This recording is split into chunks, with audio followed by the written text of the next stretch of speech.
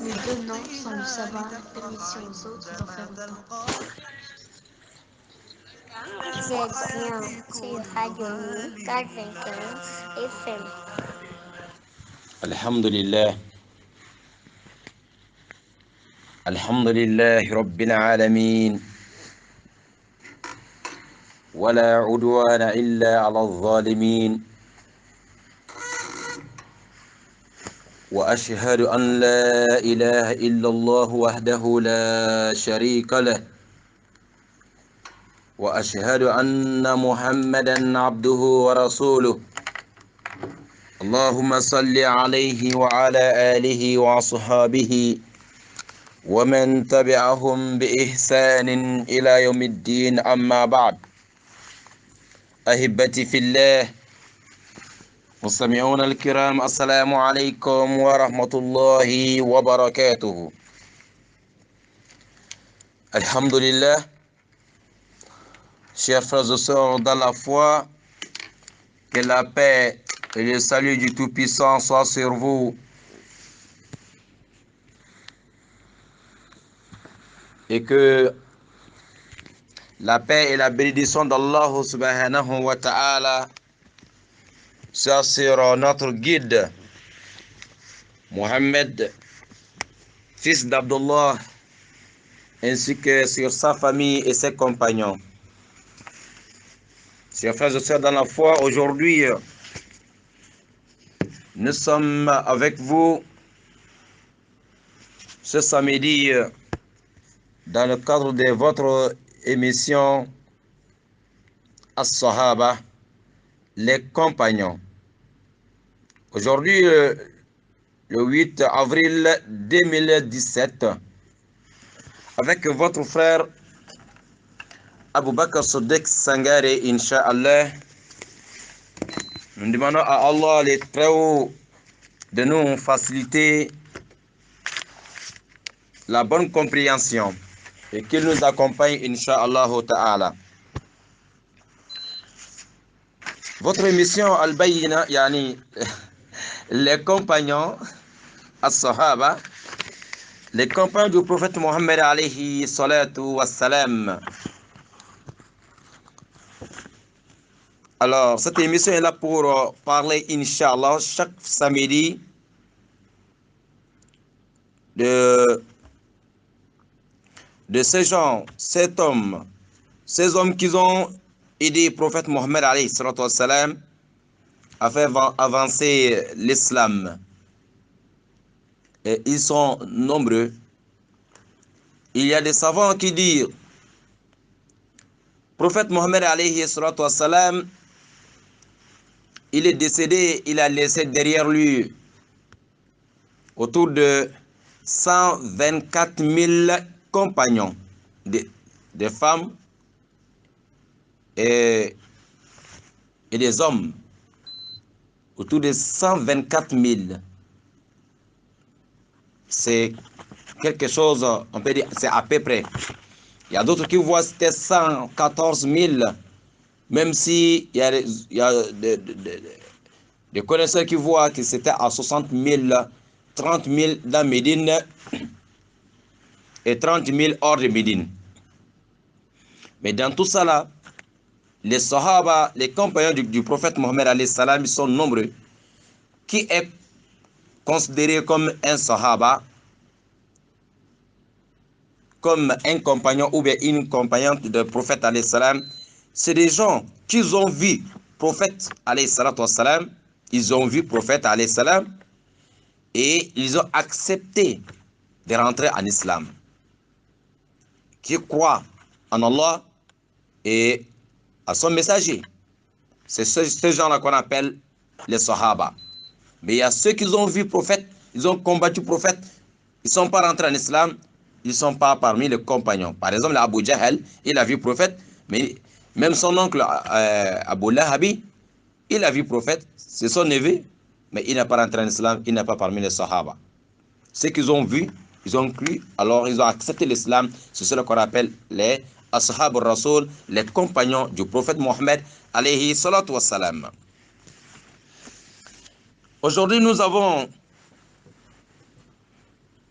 l'un des compagnons du prophète alayhi salam, qu'on appelle, Inch'Allah, Umayr bin Wahab. Umayr bin Wahab.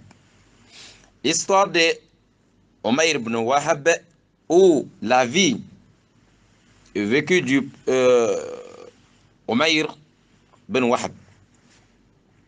Qui est Umayr bin Wahab? Qui est cet homme-là?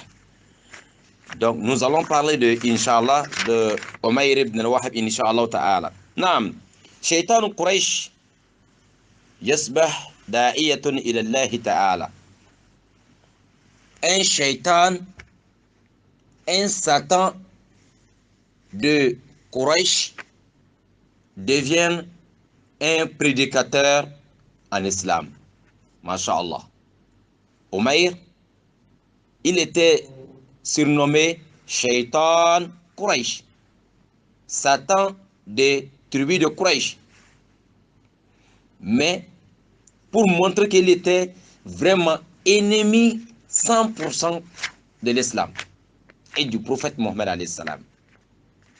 Il était prêt à tout prix pour détruire l'islam et pour détruire le prophète Mohammed en personne. Jusqu'à lui-même, et les Quraysh, tout le monde avait dénommé cet homme-là Shaitan Quraysh. Un shaitan devient prédicateur dans l'islam. Vous allez comprendre. حقا إن قلوب العباد بين أصبعين من أصابع الرحمن. C'est Wallahi, Allah, c'est Allah qui change le cœur comme il veut. Le cœur des hommes, c'est comme tu as une pièce de 100 francs entre tes doigts, tu changes comme tu veux. Tu as une pièce de 25 francs entre tes doigts, tu changes comme tu veux. Dans ta main, tu changes comme tu veux.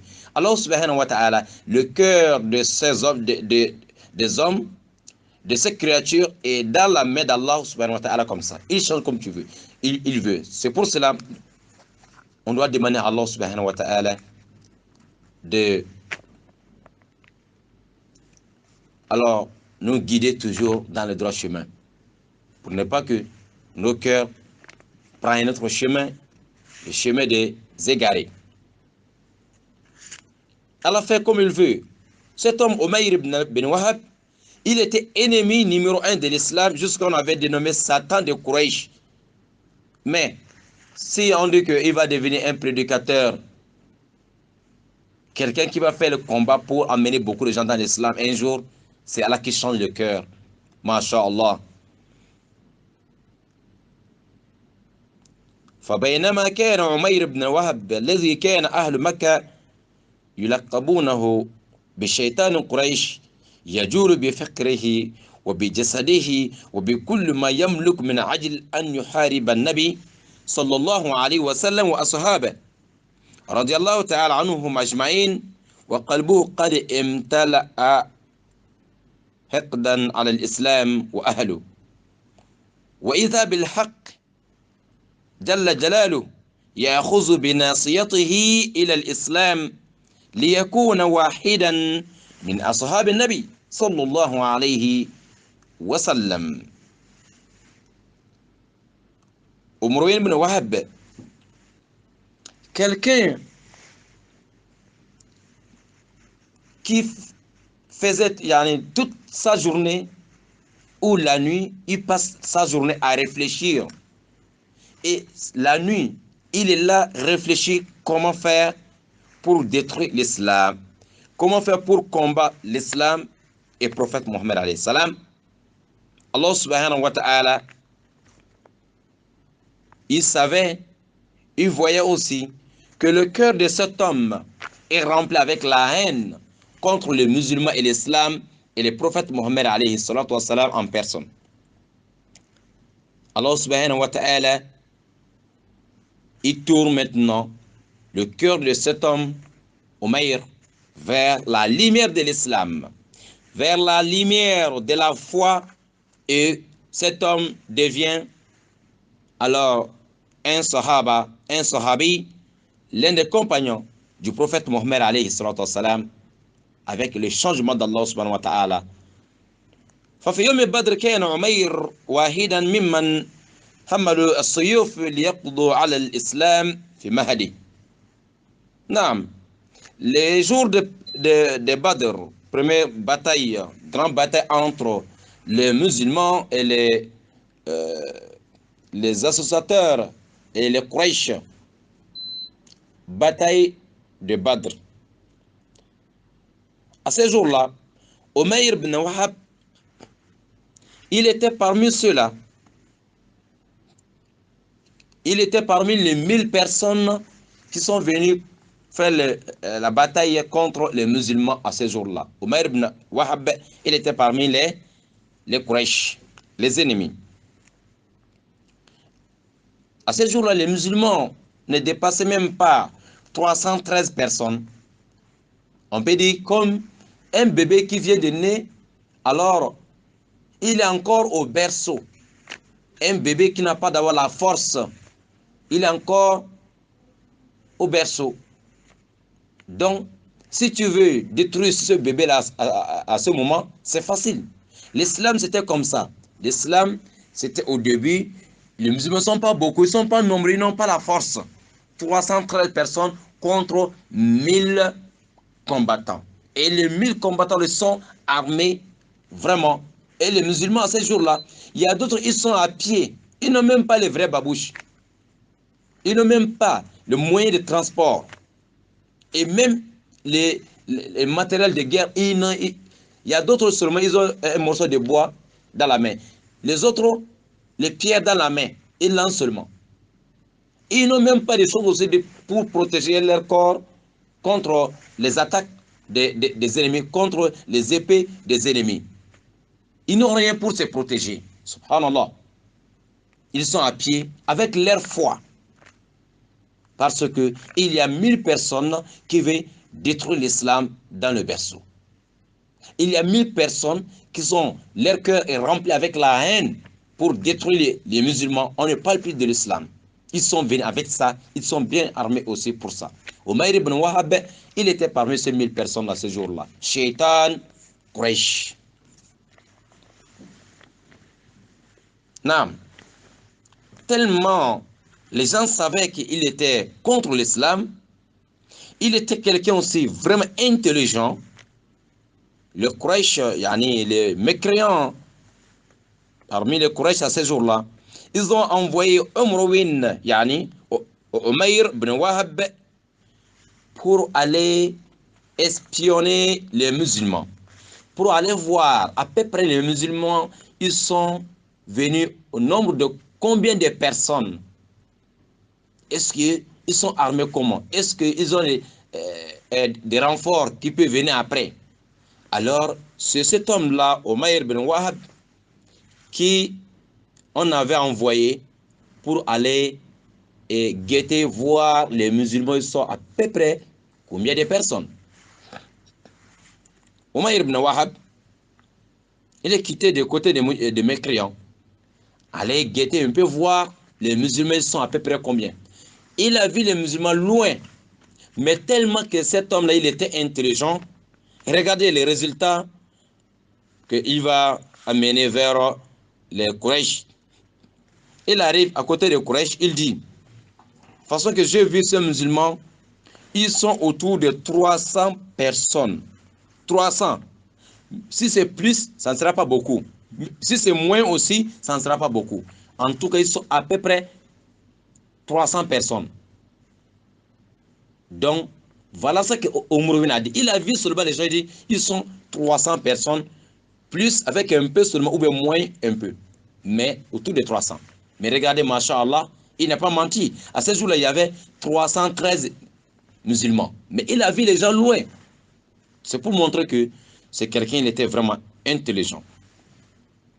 Omrouin, yani Umayr, quand il est venu, il dit, le Quraysh lui dit, est-ce que tu as remarqué s'il y a des renforts aussi cachés derrière? Omrouin a fait encore deuxième tour. Il rejette, il dit non, je n'ai pas vu de renforts. Il n'y a que seulement les quelques 300 personnes là. Il dit, mais ce que je vois, il dit, oh, vous les Quraysh, certes, nous sommes contre l'islam et les musulmans, mais je veux vous dire une vérité. Façon que je vis ces gens à côté de Mohammed, façon que je les ai vus, ils n'ont pas le matériel de bataille, rien. Ils ne sont pas armés comme il faut. Majorité sont à pied.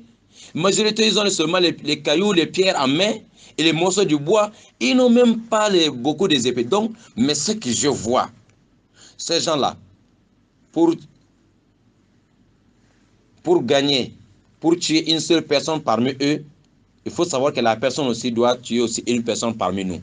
Imagine, si ils sont à 300 personnes, c'est pas facile que tu peux tuer une seule personne parmi eux sans que la personne aussi va tuer une personne parmi nous. Imagine, s'ils sont à 300, si eux aussi ils arrivent, même si on finit de tuer tous ces musulmans-là, et que les musulmans aussi tuent aussi 300 personnes parmi nous, est-ce qu'on peut dire qu'on a gagné la bataille? On n'a pas gagné la bataille. Donc, ce que je vois, il faut qu'on laisse ces musulmans, on retourne à la Mecque. Tout le monde a compris. On dit, ah, si c'est Omeïrou qui parle comme ça, donc on laisse les musulmans, on retourne. Nous sommes à 1000 personnes, mais ils sont à 300. Mais ce n'est pas facile de toucher ces musulmans-là comme ça. Même s'ils sont là avec la main vide. Parce que la foi qui est dans leur cœur. Ce qui va se passer, les pharaons de cette époque, il y avait aussi Pharaon Abu Jahl, que le prophète a dénommé alayhi salam Pharaon de notre époque. Lui, il a encore parlé, il a détourné encore les gens. Les gens voulaient laisser la guerre pour retourner, mais Abu Jahl, lui, il est venu avec les idées. Ah, ils ont dit, bon, on va rester. Il y a Shaitan aussi, lui, il est venu sur l'image d'un papa de Najd pour venir promettre que nous, on va vous aider. Moi, je suis venu aussi avec mon armée, on va vous aider contre les musulmans. Les gens voyaient, papa, il est venu avec beaucoup de personnes. Pourtant, c'était Satan, le Shaitan et ses enfants.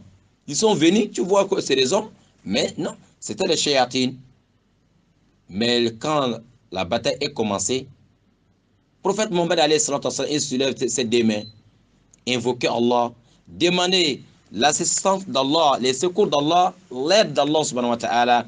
À la fait descendre des anges, des malaïkas. Les anges sont venus descendus, ils sont descendus pour aider les musulmans à gagner cette bataille. Dès que les anges commencent à descendre, Satan, il a vu sa Shaitan a vu, il est parti avec son armée.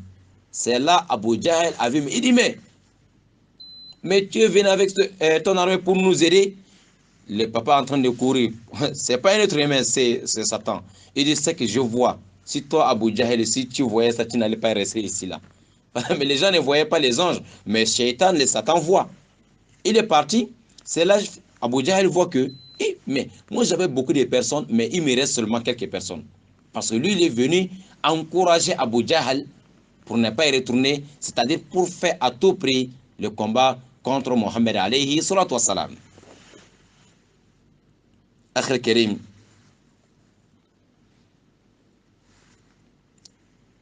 Et c'est comme ça, Inch'Allah, les Quraysh, ils ont perdu la bataille de Badr. Mais Omaïr, notre ami du jour, vous savez, à ces jours-là, les musulmans, il y a eu seulement 14, autour de 14 personnes qui sont restées là-bas. Mais parmi les côtés des ennemis, 70 personnes. Et encore, ils ont capturé vivants parmi les ennemis 70 personnes encore. Donc les musulmans, ils ont gagné. Et les 70 personnes que les musulmans ils ont capturées vivants on disait, prophète dit sallallahu alayhi wa sallam, ce sont les prisonniers de guerre, mais c'est des gens qui méritent aussi des respects. C'est pas que c'est les prisonniers de guerre qu'on doit frapper, on doit insulter, on doit manquer de respect, ou bien on doit les punir, de ne pas donner l'eau à boire. Non, non, non, non. Le prophète alayhi salam, donc, dès que l'islam avait interdit, au cours des batailles, lorsque on attrape une personne vivante, il est parmi nous, et si on doit manger, il doit manger. Si on doit boire, il doit boire aussi. Il faut respecter la personne. Mais les 70 personnes là, pour libérer quelqu'un, il y avait une somme à payer pour libérer la personne. Mais notre ami Omeir, qui était Satan de Quraysh, son fils aussi, on avait capturé vivant. Son fils, il était parmi les 70 personnes que les musulmans, ils ont capturé vivant. Omeir, tellement il avait la haine contre l'islam, voilà, ils ont perdu cette bataille. En même temps, son fils est resté là-bas dans la main des musulmans. Ah, c'est devenu encore un deuxième problème sur Umayr ben Wahab.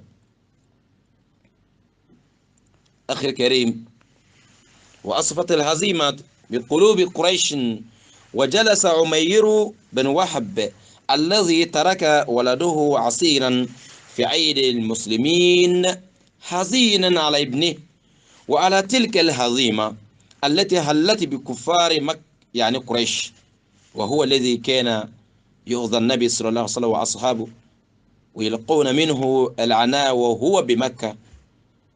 Et cet homme, arrivé à la Mecque, il est resté assis en train de réfléchir. Il est fâché, la honte.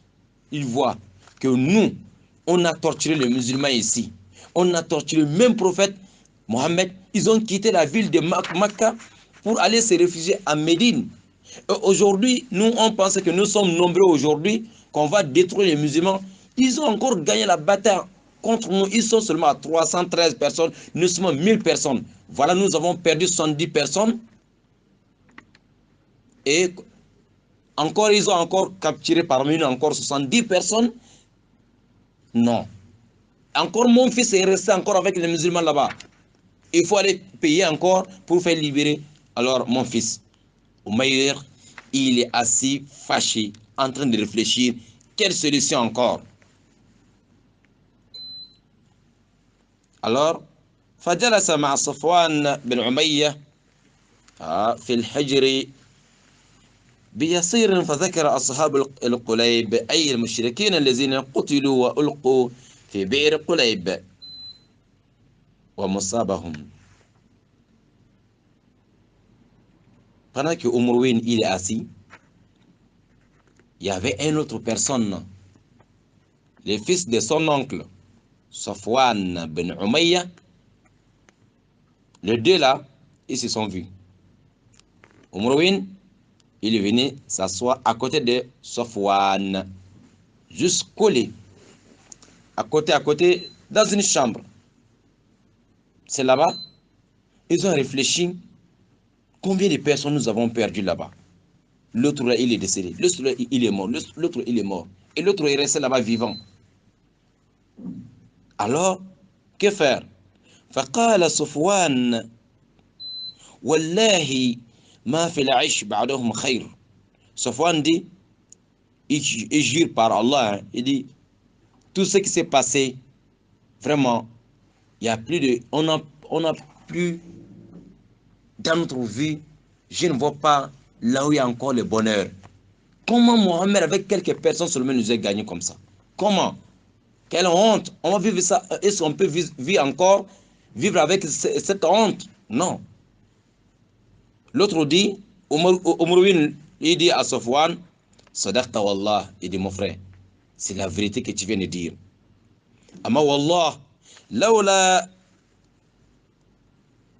dayna alayya, laysa lahu indi qada'u, wa iyalun akhsha alayhim ad-di'a.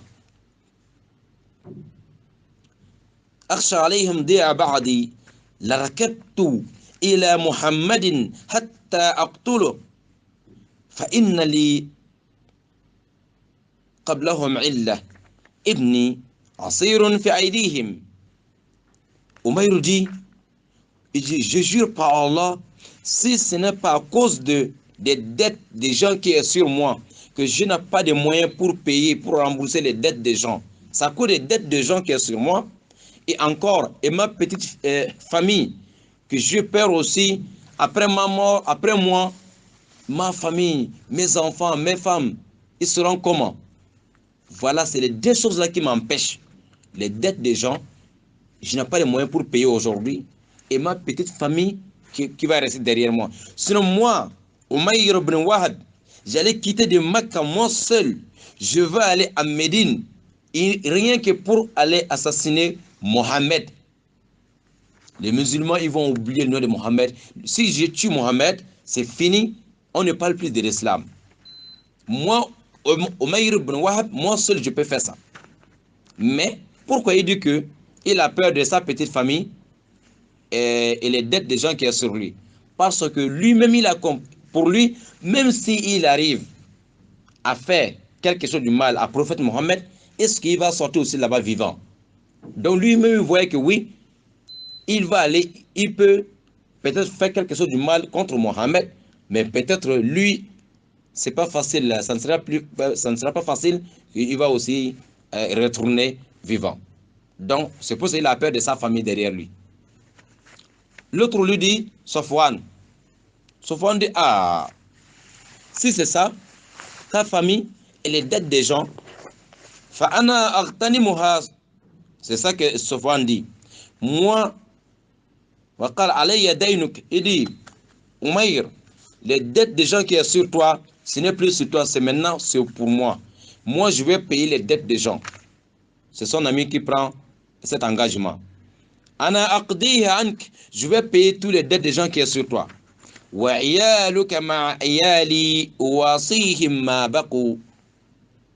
Et ta famille sera avec ma famille.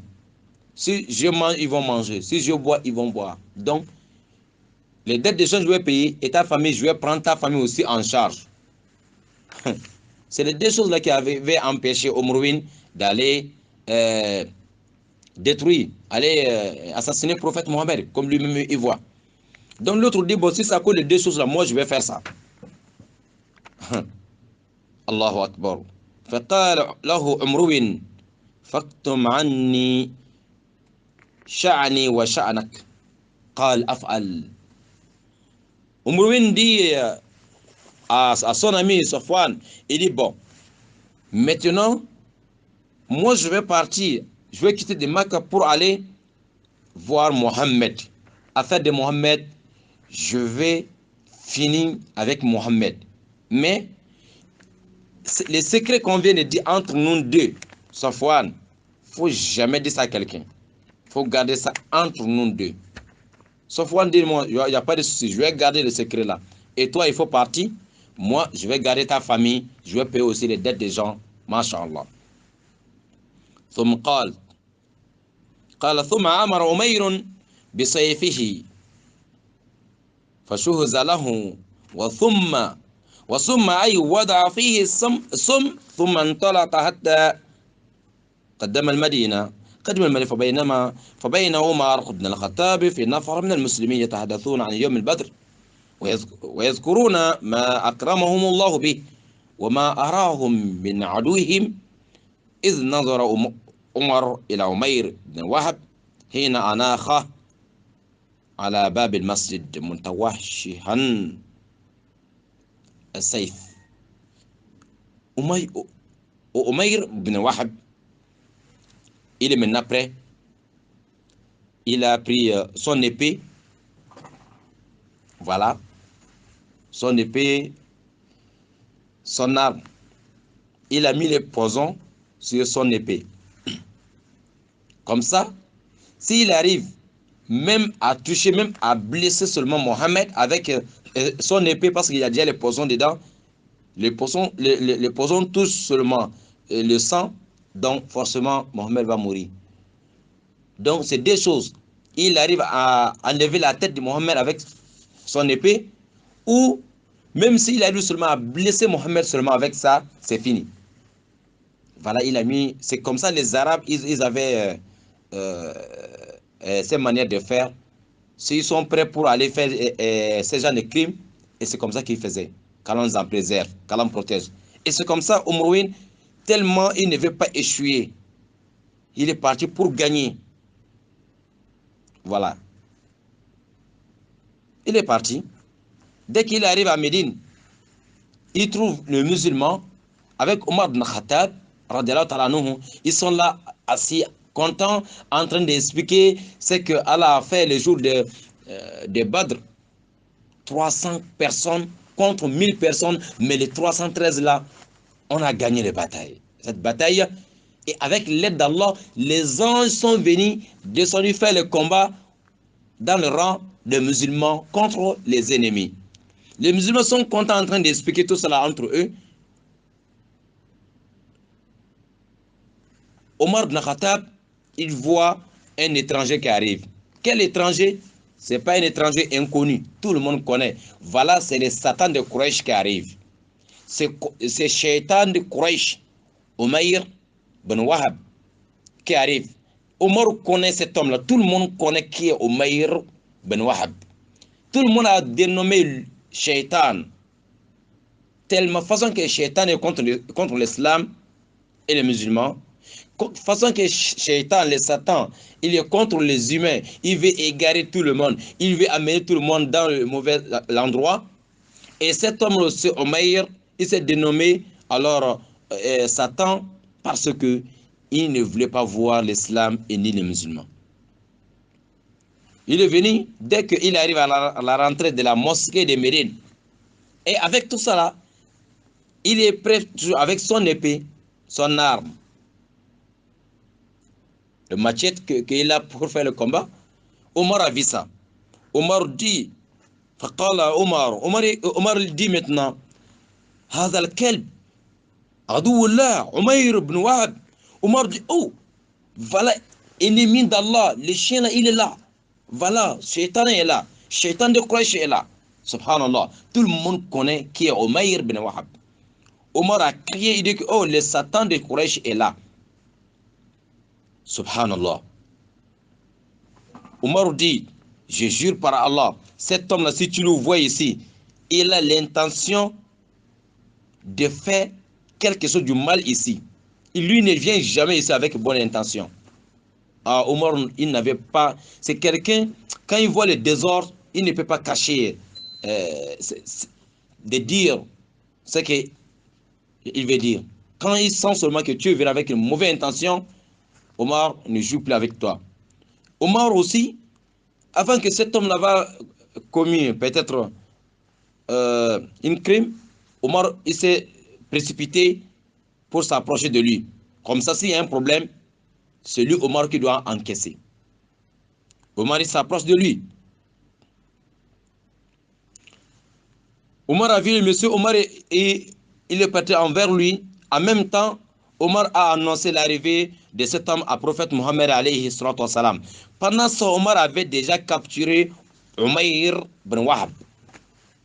Omar s'approche de lui, automatiquement, Omar a attrapé sa main avec son épée. Parce qu'Omar voit quelqu'un qui est venu, il a son machette bien, et il est prêt. Omar, il a attrapé sa main avec son épée. Omar, il rentre chez Mohammed alayhi salatu wassalam. Il dit à Rasulallah, voilà, ennemi d'Allah est là. Le Satan de Quraysh est là. Rasul dit Omar, ne lui fais pas du mal. Fais-le rentrer. Subhanallah. Regardez comme prophète Mohammed alayhi salatu wassalam, c'est-à-dire, il a accueilli tout le monde. Même si celui qui est venu avec une mauvaise intention, le prophète n'a jamais accepté qu'on lui fait du mal. Omar, le prophète dit à Omar, il ne faut pas lui faire du mal. Fais doucement avec lui, fais-le rentrer. On va lui écouter d'abord. D'abord, on va lui écouter. Il va nous dire pourquoi il est venu. Umayr ibn Wahab, il est rentré. Voilà le sueur qui coule parce qu'il est dans la main de quelqu'un aussi que tout le monde connaît, Omar ibn Khattab. Omar avec Umayr. Ils sont rentrés. Rasoul sallallahu alayhi wa sallam donné la place. On a donné la place à Umayr. Il dit, Umayr, assis-toi. Omar dit à tout le monde, attention avec cet homme-là, il est très dangereux. Attention avec lui. Omar est en train de tous les sahaba de faire attention avec Umayr. Parce que tout le monde connaît qui est Umayr. C'est un shaitan. Mais dans tout ça, le prophète alayhi salam est en train de calmer les sahaba, les compagnons. Omar dit, cet homme-là, il faut faire attention. Mais quand Rasoul a vu Umayr, façon que Omar avait vraiment le coup de Umayr est dans la main de Omar. L'autre main a attrapé Umayr, son cou, et l'autre main a attrapé la main de Umayr avec son épée. Donc les deux hommes sont en train de se bousculer pour rentrer chez le prophète alayhi salatu wa sallam. Imagine. Omar, il était dur aussi. Rasoul dit à Omar, laisse-le, ya Omar.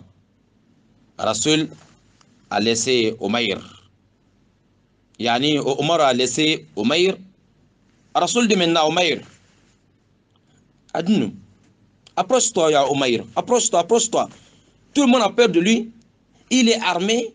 On sait qu'il est venu aussi avec une mauvaise intention. Mais le prophète lui dit, laissez-lui. Umayr, approche-toi. Tu m'expliques pourquoi tu es venu. Maintenant, quand il s'approche du prophète, il dit An'amu sabahan. C'est comme ça la salutation avant l'islam. An'amu sabahan. Le prophète dit alayhi salatu wassalam, faqala alayhi salam, قد أكرمنا الله بتحية خير من تحيتك يا عمير. بالسلام تحية أهل الجنة. Rasoul dit, Umayr, Allah subhanahu wa ta'ala nous a honorés avec une autre salutation. Umayr, nous on ne dit plus An'amu sabahan. Allah nous a donné une autre salutation, c'est la paix. As-salamu. As-salam, la paix. Ah, masha'Allah. As-salam. L'islam vient du mot de la paix. L'islam vient de salam. La paix. Allah nous a donné une salutation, la paix. C'est la salutation des habitants du paradis, dans le paradis. C'est assalamu alaykum. C'est ça la salutation dans le paradis. Depuis ici sur la terre, Allah nous a donné, nous les musulmans, alors de dire assalamu alaykum, que la paix soit sur vous, que la paix soit avec vous. Masha'Allah. Mais quand même, c'est gênant de voir parfois les musulmans qui sont peut-être, ils ont honte de montrer qu'ils sont musulmans. Tu dis à un musulman, assalamu alaykum, bonjour, bonjour, comment tu vas? C'est-à-dire, lui, il n'est pas fier d'être musulman. Il a honte d'être musulman. Il a honte de montrer aux gens qu'il est musulman ou musulmane. Non, tu n'as pas compris. Assalamu alaykum, c'est la salutation des habitants du paradis. Si tu as honte de cette salutation, tu préfères de ne pas même entendre le mot assalamu alaykum et tu es musulman ou musulmane, ça veut dire que tu n'as pas compris ta religion. Dès que tu n'es pas fier de ta religion, il y a un problème. Vous savez, c'est obligatoire de répondre le salam. De dire à quelqu'un assalamu alaykum, c'est sunnah, sunnat mu'akkada. Mais de dire wa alaykum salam, répondre, ça devient une obligation. C'est obligatoire de répondre à quelqu'un. Donc, je demande à Allah de nous faciliter la bonne compréhension. Ceux qui ne sont pas fiers d'être musulmans, donc il y a un problème. Voilà. Rasoul dit, Umayr, notre salutation maintenant c'est assalamu alaykum. Faqala, amma wallahi ya Muhammad. Et Umrouin lui il dit,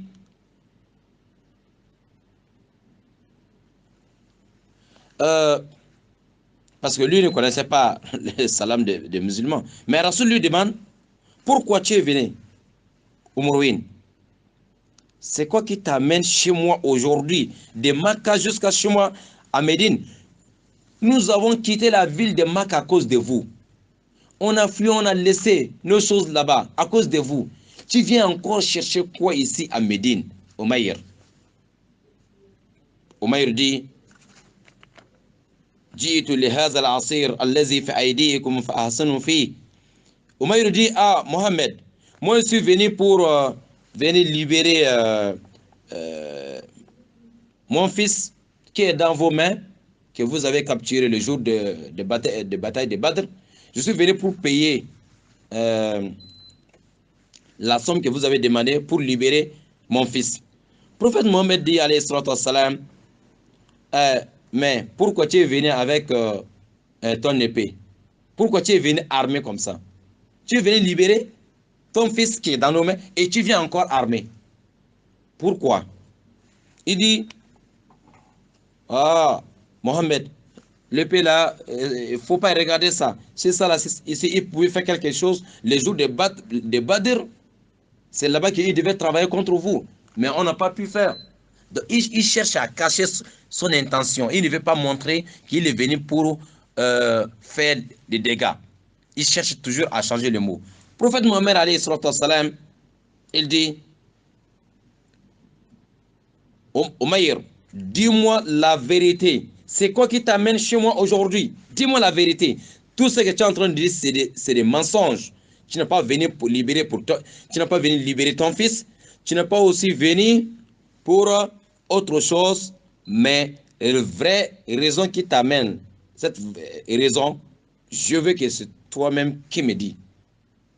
Umayr dit, moi je suis venu seulement pour libérer mon fils. Ok. Le prophète lui dit, sallallahu alayhi wa sallam, il dit, bal, قعدت أنت وصفوان بن عمية في الحجر فذكرتما أصحاب القليب من قريش ثم قلت لولا دين علي وعيال عندي لخرجت حتى أقتل محمدا فتحمل لك صفوان بن عمية بدينك وعيالك على أن تقتلني له والله هائل بينك وبين ذلك. سبحان الله. Rasoul, il va dire maintenant les secrets que les deux là, ils ont parlé depuis à la ville, depuis Makkah. Ils ont caché entre les deux. Le prophète veut demander à Umayr lui-même de dire la vérité. Il ne veut pas dire, le prophète lui-même va lui dire maintenant pourquoi il est venu. Le prophète dit, la vérité c'est quoi? Umayr, Anta, toi et ton frère, ton ami, le fils de ton oncle, Safwan, vous deux, je vais te dire pourquoi tu es venu. Depuis là-bas à la Mecque, toi avec Safwan, vous êtes rentré dans une chambre. Vous avez parlé de ce qui s'est passé le jour de Badr. Tellement la haine qui est dans vos cœurs contre l'islam et les musulmans. Ça t'a poussé de dire à Safwan que si ce n'était pas à cause des dettes des gens qui sont sur toi et à cause de ta petite famille que tu allais sortir de Makkah pour venir me tuer ici à Médine. Et ton ami Safwan a dit que lui va payer tes dettes, il va prendre aussi ta famille aussi en charge. Alors, toi tu t'es armé avec l'intention de venir me tuer ici. Voilà, tu es devant moi. Ton intention, c'est de trouver une solution pour me tuer. Vrai ou faux? Allahu Akbar Kabira. Automatiquement, dès que Rasoul a dit comme ça, Umayr قال Umayr ashhadu annaka Rasulullah, ashhadu annaka Rasulullah. Umayr il a créé, j'atteste que toi tu es messager d'Allah, tu es messager d'Allah, tu es messager d'Allah. J'atteste que c'est toi messager d'Allah. Ce que tu dis c'est la vérité. Parce que ma kunna ya Rasulullah, kad kunna ya Rasulullah nukadhibuka بما كنت تعطينا به من خبر السماء وما ينزل عليك من الوحي وهذا عمر لم يحضره إلا أنا وصفوان فوالله إني لأعلم ما آتاك به إلا الله فالحمد لله الذي هداني للإسلام وساقني هذا المساق ثم شهد شهادة الحق فقال رسول الله صلى الله عليه وسلم فقهوا أخاكم في دينه وأقرأوه القرآن وأطلقوا له عصيرة ففعلوا. Safwan, dès que Rasoul a parlé le secret qui est entre lui et yani, Umayr et le secret qui était entre lui et Safwan, quand Rasoul a expliqué ça, le monsieur il a créé, il dit que j'atteste que c'est toi, vraiment, tu es messager d'Allah. Parce que nous, on t'a démenti Tout ce que tu nous disais, oh, je suis monté dans le ciel, et je vis l'enfer, je vis le paradis. Et tout ce que tu nous disais, que la révélation descend sur toi, le Coran, Dieu a dit comme ça, on t'a démenti tout. Mais la vérité, c'est qu'on ne peut pas démentir. Ce que tu viens de dire là, c'est seulement entre moi et Sofwan. Nous avons parlé ça dans une chambre de paix à la Mecque. Il y a à peu près centaines de kilomètres entre la Mecque et Médine. Dès qu'on a fini de parler aussi, j'ai pris, je suis sorti pour eux ici. Et nous deux, on a gardé le secret entre nous. Je sais que c'est seulement Dieu seulement qui a entendu, qui a vu ce que nous on a dit et ce qu'on a décidé. Donc, certainement, c'est le même Dieu, Allah, qui t'a informé. Alors, j'atteste qu'il y a de Dieu digne d'adoration. J'atteste qu'il y a de Dieu qu'on doit adorer avec la vérité, sauf Allah, et que toi, Mohammed, tu es messager d'Allah. Aujourd'hui, je suis musulman, et comme vous, un shaitan devient musulman. Allahu Akbar Kabira. Il dit, je remercie Allah. Alhamdulillah. Je remercie Allah qui m'a orienté vers l'islam. Je remercie Allah qui a ouvert ma poitrine, mon cœur, pour faire rentrer la lumière de l'islam. Je remercie Allah qui a lavé mon cœur, enlevé la haine contre l'islam et les musulmans. Je remercie Allah qui a planté maintenant Mohammed, ton amour et l'amour d'Allah et l'amour de la parole d'Allah dans mon cœur. Je remercie Allah. J'étais dans le noir, j'étais dans l'égarement. Je remercie Allah qui m'a guidé pour l'islam. Masha'Allah. Automatiquement, Rasul sallallahu alayhi wa sallam dit aux Sahaba, voilà, c'est votre frère maintenant. Apprenez-lui, enseignez-lui tout ce qu'il faut dans la religion. Comment il faut faire le lavage de janaba, comment il faut prier. Donnez-lui maintenant tout ce qu'il a besoin. Subhanallah. Montrez-lui le Coran. Et son fils qui est dans nos mains ici comme esclave, comme prisonnier de guerre, libérez-lui sans prendre l'argent. Allahu Akbar. Voilà quelqu'un qui est venu pour assassiner le prophète Mohammed alayhi salam. Il devient musulman. Non seulement musulman, masha'Allah, il va aussi faire le même combat pour amener encore beaucoup de gens dans la religion islamique. Voilà, c'est pour dire ici, le bon comportement du prophète Mohammed alayhi salam a amené cet homme-là dans la religion. Si on avait accueilli cet homme-là avec la méchanceté, parce qu'il est venu avec le mauvais cœur, il n'allait pas rentrer dans l'islam. Mais si tu sais que tu dis la vérité, il ne faut pas te précipiter. Tu dis que tu sais que ce que tu dis c'est la vérité. Le prophète savait que ce que lui, Mohammed, est en train de dire c'est la vérité. C'est pour cela qu'il était calme avec tout le monde. Tu viens avec mauvais cœur, il va t'accueillir bien. Même s'il connaît ton intention. Mohammed savait que cet homme est venu pour le tuer.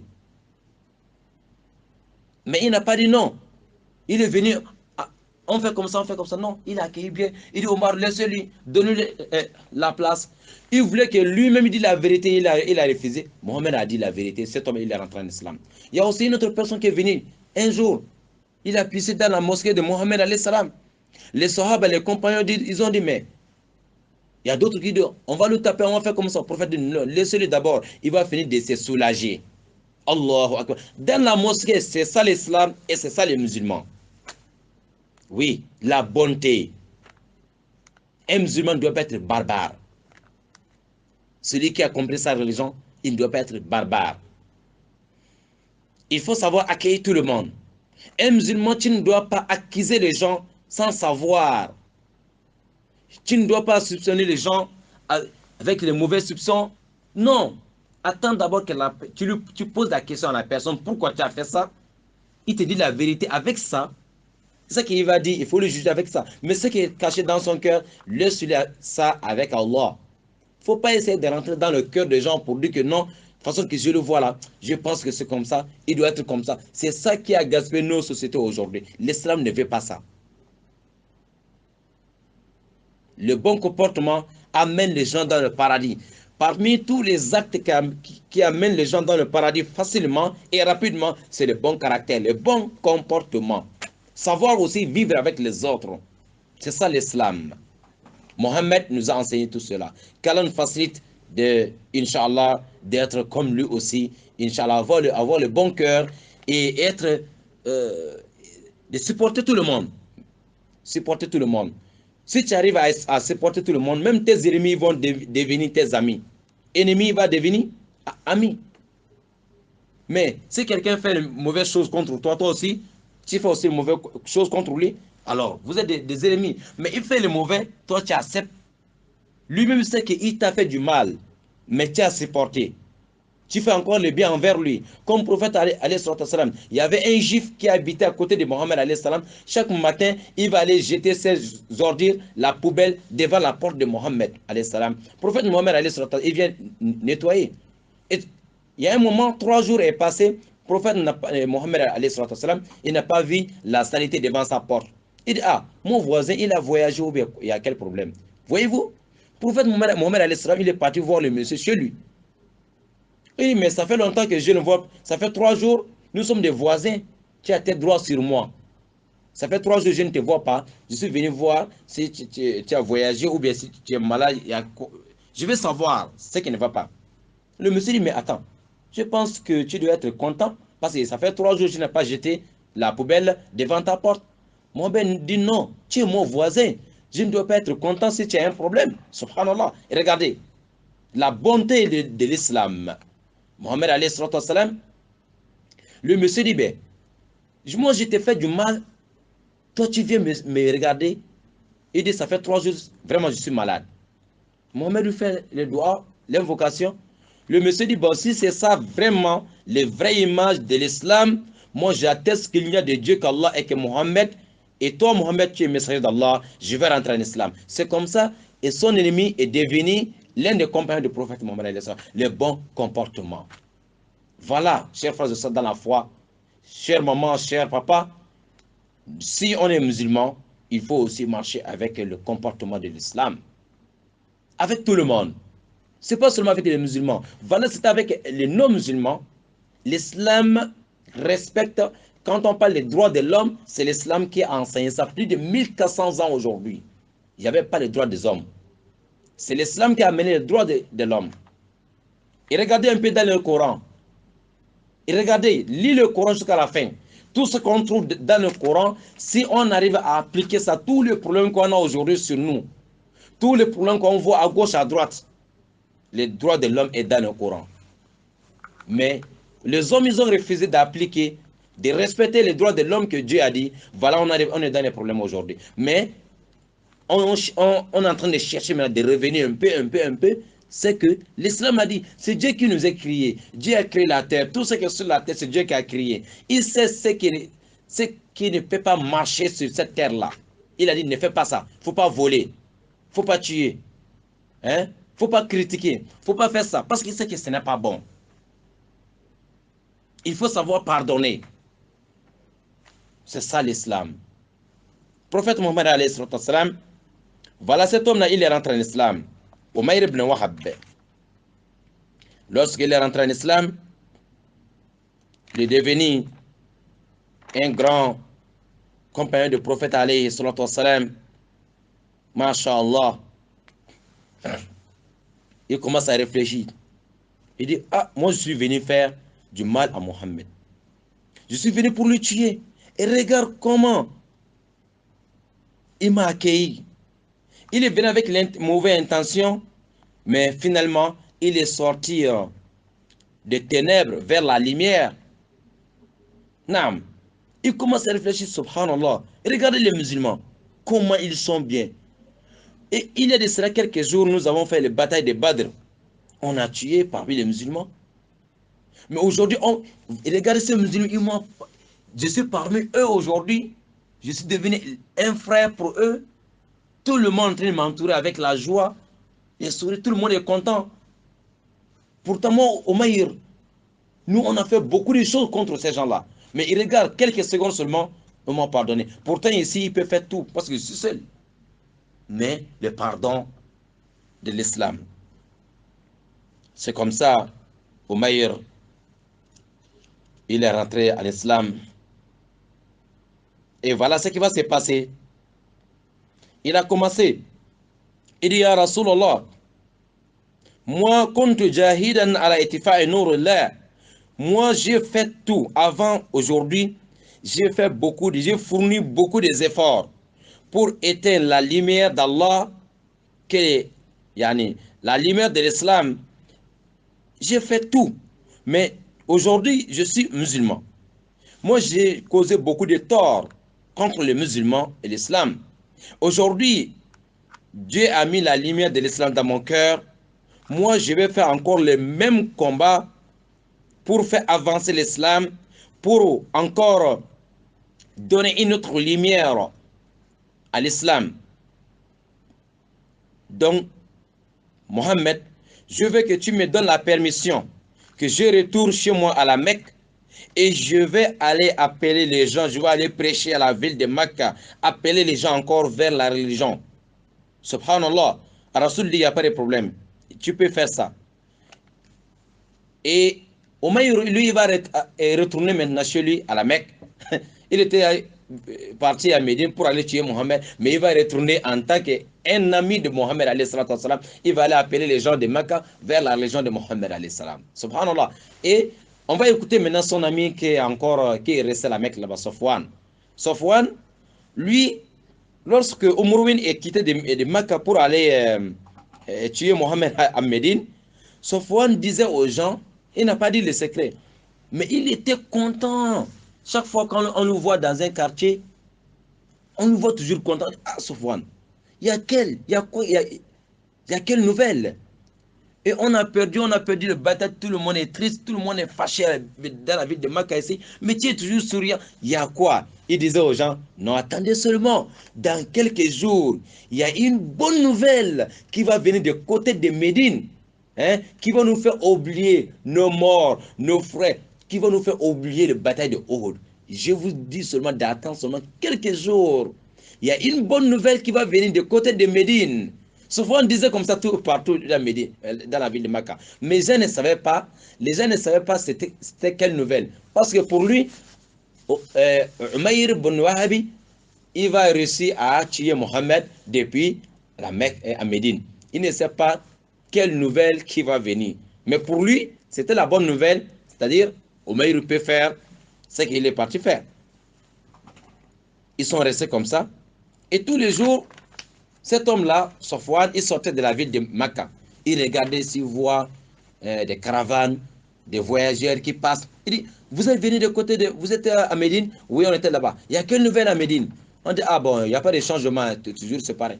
Donc, côté des musulmans, il n'y a pas une nouvelle un peu bizarre. On dit, non, vraiment, on n'a rien entendu. Il retourne. Lendemain, il sort encore. S'il voit des voyageurs qui viennent de côté de Médine, il y a quelle nouvelle à Médine là-bas aujourd'hui? On dit, ah non, on n'a rien entendu. Est-ce que Mohammed avec ces gens là-bas, il n'y a pas de problème? On dit non, il n'y a pas encore de problème. Ah, c'est pas ça que Safwan veut entendre. Il veut entendre la bonne nouvelle. Il veut entendre que quelqu'un est parti tuer Mohammed. C'est ça qu'il veut entendre. Jusqu'à il a fait un jour, il est tombé sur un voyageur. Il dit, mais il y a quel problème là-bas à Médine? Il n'y a pas une nouvelle? Il dit, le voyageur dit, Masha'Allah, il y a une nouvelle là-bas. Safwan, il était content. Il dit, quelle nouvelle? Il dit, le shaitan de Quraysh, Umayr ibn Wahab, il est parti pour assassiner le prophète Mohammed. Mais le prophète Mohammed, avec les musulmans, ils ont accueilli bien avec la bonne méthode. Et Umayr ibn Wahab, il est rentré en islam, il est devenu un bon musulman. Oh! Safwan est fâché, c'est pas ça que Safwan veut entendre de la bouche des voyageurs. Safwan était fâché. Maintenant, ce qui va se passer, il est prêt maintenant, lui-même, il est prêt aussi pour tuer aussi Umayr. Pour lui, Umayr m'a trahi. Umayr, lui, est parti pour tuer Mohammed. Pourquoi il est rentré dans la région de Mohammed? Safwan aussi, il est prêt. Maintenant, un beau matin, voilà, Umayr arrive à la ville de Mecca. Première personne qu'il voit, c'est Safwan. Mais Umayr, lui, il savait, quand il va arriver dans la ville de Mecca, avec l'islam, les gens vont essayer de lui tuer ou de lui faire du mal. De toute façon qu'il était armé pour aller chez Mohammed, il est venu aussi à la ville de Mecca, aussi armé. Première personne qu'il voit, c'est Sofwan. Sofwan veut lui attaquer, il voit seulement que non, vraiment, il est prêt, il est vraiment armé. Ah, Sofwan, il s'est calmé. Parce qu'il connaît Omaïr. Il sait qu'il est dangereux. Il dit, Sofwan, ce qui s'est passé, moi, je suis rentré dans l'islam. Donc, Sofwan n'a pas compris, il n'a pas rentré dans l'islam. Lui, il a continué quand même à appeler les gens au Maïr, à appeler les gens vers l'islam, à appeler les gens. Mais il a fait comme Omar ibn Khattab, le jour qu'Omar ibn Khattab est rentré dans l'islam, c'est-à-dire, chaque endroit que Omar avait torturé les musulmans là-bas, chaque endroit qu'il avait empêché les musulmans de parler, Omar est passé par là-bas pour annoncer aux gens que moi aussi je suis musulman. Omar aussi, il a fait ça partout qu'il disait aux gens de lutter contre Mohammed. Il est passé par tous ces endroits-là. Il dit à tous ces gens, moi aussi je suis musulman. Mais il dit ça, mais il est toujours armé, hein, parce qu'il sait que les ennemis peuvent l'attaquer. Donc tout le monde a peur de lui. En quelques jours, il y a beaucoup de personnes qui sont rentrées dans l'islam, dans la mer de Omaïr ibn Wahab. Et il a amené toutes ces personnes-là encore à Médine, devant Mohammed alayhi salatu wassalam. Il dit, voilà le monde qui sont rentrés dans l'islam. Masha'Allah. Mais il y a quelque chose qui est resté que Omaïr, il avait besoin. C'est-à-dire son ami Sofwan. Il veut faire entrer aussi Sofwan dans l'islam à tout prix. Mais Sofwan n'a pas compris. Non. Sofwan, il a refusé, il a refusé. Jusqu'à, Inch'Allah Ta'ala, le jour où, à 8e année de Hijra, de l'immigration du prophète alayhi salam à Médine, il est venu pour conquérir la ville de Makkah. Il est venu pour l'ouverture de Makkah. À ce jour-là, il y a eu beaucoup d'ennemis, beaucoup de mécréants qui sont rentrés en islam, mais il y a d'autres qui ont essayé de fuir la ville parce qu'ils ont peur. Mohamed a dit non, n'ayez pas peur. Celui qui va rentrer dans sa maison, fermer sa porte, il n'a pas de problème. Celui qui va rentrer dans la maison du chef de Makkah, Abu Sufyan, il n'a pas de problème. Celui qui va rentrer dans la Kaaba, il n'a pas de problème. Mais Sofwan a préféré de fuir, de quitter même la ville, tellement il sait tous les méchancetés qu'il avait amenés vers l'islam. Donc, il a peur de Mohammed. Son ami Omaïr est parti lui chercher. Il dit, mon frère, reviens. Mohammed n'est pas méchant. Mohammed est gentil. Mohammed est comme ça. Les musulmans sont contre. On ne peut pas te faire du mal. Sofwan revient. Sofwan a préféré d'aller traverser l'eau. Il veut aller maintenant l'autre côté. Omaïr, il est venu en vitesse pour dire à Mohammed, ah ya Rasulallah, je veux que mon ami est en train de fuir. Il veut quitter sa famille. Il veut aller ailleurs. Il veut aller à un autre pays. Mohammed, que faire? Je vais la garantie. Rasoul a enlevé, il avait, on peut dire, foulard, un truc comme ça, voilà. Les amama qu'on voit chez la tête des imams, voilà. Il a enlevé ça, il donne à Sofwan, va donner ça, il a donné ça à Omeir, va donner ça à ton ami. Il faut lui dire que voilà la garantie. Il ne peut pas avoir les problèmes. Qui revient seulement, il revient. Donc il n'y a pas de problème avec lui. Comme ça, Sofwan, il est venu devant Mohammed alayhi salam. Il dit, ah, Mohammed, ton type là, Omeir est venu, il m'a dit que tu m'as garanti que je n'ai pas de problème. Rasoul dit oui, mais tu peux rentrer dans l'islam. Il dit, en tout cas, moi je ne peux pas rentrer dans l'islam, hein, mais tu me donnes 2 mois. Rasoul dit, bon, tu as même 4 mois. Ok, il n'y a pas de problème, mais il n'a pas rentré dans l'islam. Mais sa femme a rentré dans l'islam. Vous savez, quand je vous expliquais dans l'émission de Dîner Baro, après l'ouverture des villes de Makkah, il y a eu quelques batailles. Bataille de Hunayn et bataille de Ta'ifa. Je vous ai dit dans l'émission de Dîner Baro que bataille de Hunayn, les musulmans n'avaient pas les armes, assez des armes pour aller aux batailles de Hunayn. Parce que ils sont venus seulement pour conquérir la ville de Makkah, mais ce n'était pas pour faire la guerre. Ils ne sont pas venus avec beaucoup d'armes. Mais il y a un problème qui s'est passé. Les gens de Hunayn, 12 000 personnes veulent venir attaquer les musulmans dans la ville de Makkah. Les musulmans ont compris qu'il y a des ennemis qui veulent quitter de Hunayn pour venir nous attaquer ici. Mais nous, on n'a pas assez d'armes pour protéger la ville ou pour défendre. Maintenant, ils sont partis voir les Sofwan, les mêmes Sofwan qui n'ont pas encore entré dans l'islam, mais il était aussi chef aussi, hein. Il était chef, il avait beaucoup d'argent aussi, il avait beaucoup de monde derrière lui, il avait beaucoup d'armes. Il n'est pas encore musulman, mais on est parti prêter les armes à côté de chez Safwan. Mohamed a envoyé les gens chez Safwan. Safwan qui n'est pas encore entré dans l'islam, mais nous, on a un problème. Il y a des gens qui veulent venir attaquer la ville de Makkah. Donc, il faut qu'on va protéger la ville. Prête-nous les armes. Safwan dit, vous êtes venus pour m'arracher mes armes par la force ou bien par... c'est par comment? On dit non, non, non. On est venu seulement demander, c'est pas par la force, même si tu n'es pas encore musulman, il faut nous prêter, on va laisser, on finit, on vient te rendre tes armes. Safwan, il a donné tout ce que Mohamed a demandé à ces jours-là. Alors, ils sont partis. Safwan aussi, il est parti avec les musulmans. Hein. Il n'est pas encore musulman. Alors, ils sont partis faire les batailles pour protéger la ville de Makkah. Les musulmans, ils ont gagné.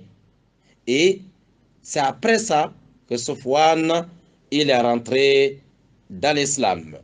Après sa femme. Safwan aussi, il est rentré dans l'islam. Dès que Safwan est rentré dans l'islam, son ami Umayr, c'est là il était vraiment encore content et content. Voilà les deux amis qu'ils ont complétés pour assassiner Mohammed alayhi salam. Mais Dieu a fait que tous les deux finalement, ils sont rentrés dans l'islam. Après tout ce parcours, Inch'Allah Ta'ala, Umayr ibn Wahab, il a continué à appeler les gens vers la religion, nuit et jour. Il a du courage parce qu'il veut leur donner sa balance au jour de jugement dernier. Il sait qu'il a fait beaucoup de mal contre les musulmans, mais dès qu'il est rentré en islam, il a cherché à tout prix pour remplacer, pour rattraper les temps perdus. Inch'Allah Ta'ala, voilà, il est resté à appeler les gens vers la religion d'Allah.